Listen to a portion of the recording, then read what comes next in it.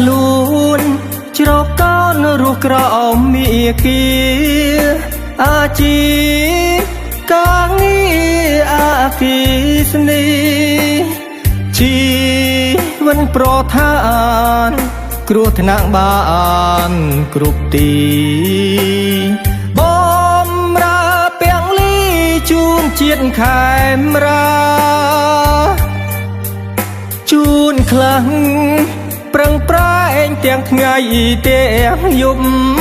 ស៊ូទ្រាំនឿយហត់អូមណត់ចិនដាដើម្បីប្រជី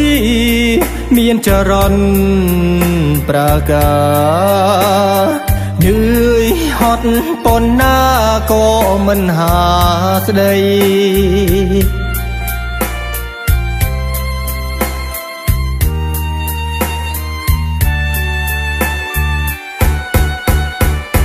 ចារនវិរីអាគីស្នេហ៍ដំបងគិរីព្រឹកព្រៃមានថ្នាដឹកនាំប្រពៃជោគជ័យការងារកានជីវិតការងារអាគីស្នេហ៍ខ្ញុំឆ្ងាយចាងទីចាងភូមិឋានឃ្លានប្រពន្ធកូនចង់ឲ្យខ្លួនសុខសាន្តយូរថ្ងៃទើបបានជួបជុំគ្រួសារ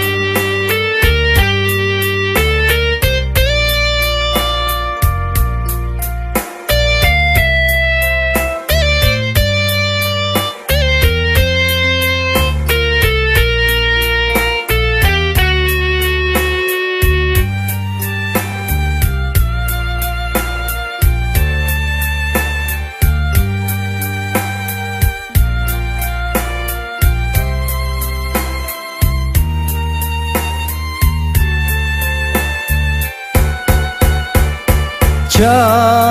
រនវិរីអាគីស្នេហ៍ដំបងគិរីព្រឹកព្រៃ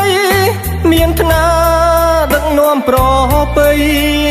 ជោគជ័យការងារកានជីវិតការងារអាគីស្នេហ៍ខ្ញុំឆ្ងាយចាងទីចាងភូមិឋានឃ្លានប្រពន្ធកូនចង់ឲ្យខ្លួនសុខសាន្តយូរថ្ងៃទើបបានជួបជុំគ្រួសារ